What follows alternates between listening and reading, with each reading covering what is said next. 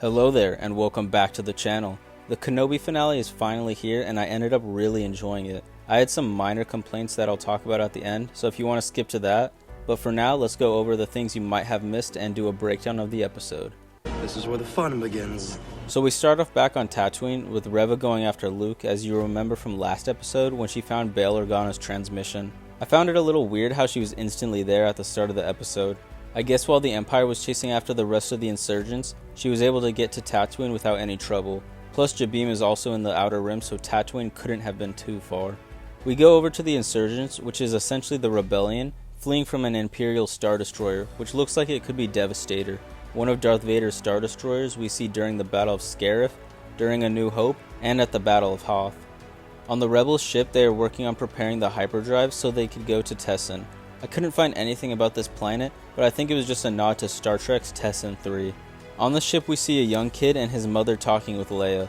That kid is actually Corran Horn, who was actually a Corellian pilot who later discovered he was Force sensitive and eventually joined Luke's new Jedi Order. He was a Legends character, but has now been brought back into canon, which is great.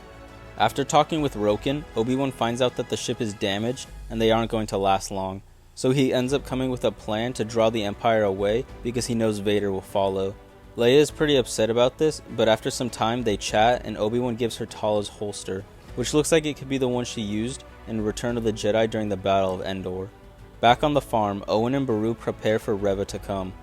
They're already equipped and end up pulling out some blasters they had just in case, so you know they definitely took out some of those stormtroopers before they got fried in A New Hope.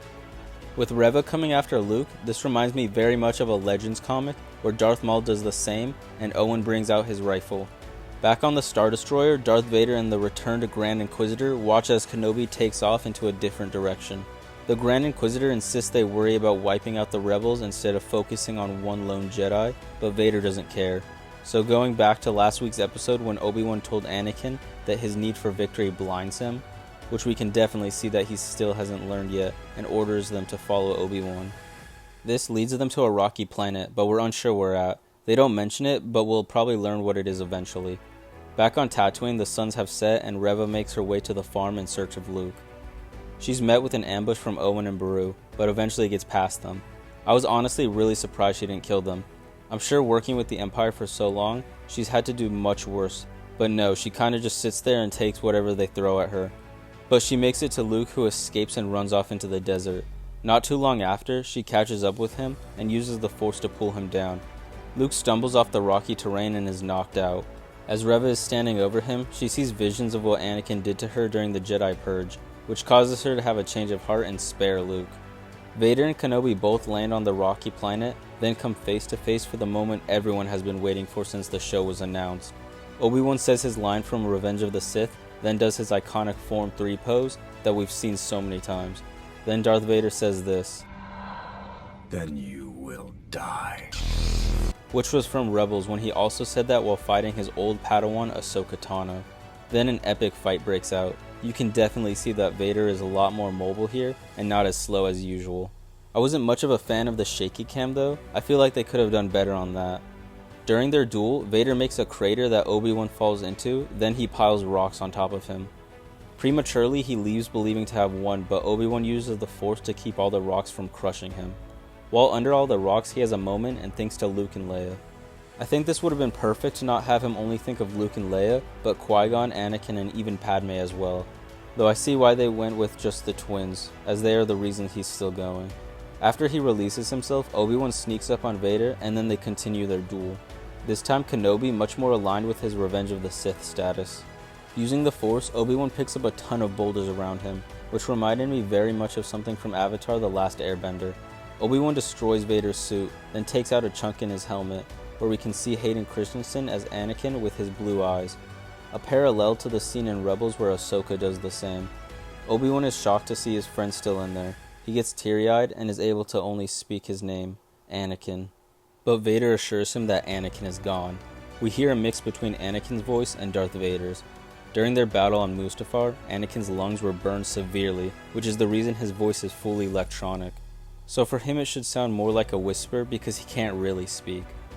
But at the same time we see him speaking in Return of the Jedi, so it's not too big of a deal. Obi-Wan begins to apologize for everything that's happened, defeating him on Mustafar and leaving him to die. Darth Vader explains how it wasn't Obi-Wan's failure. His yellow Sith eyes return and a sinister smile appears on his face as he says, "You didn't kill Anakin Skywalker. I did."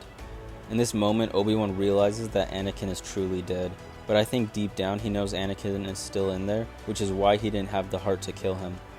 Just like on Mustafar when he would rather leave him there instead of taking his brother's life.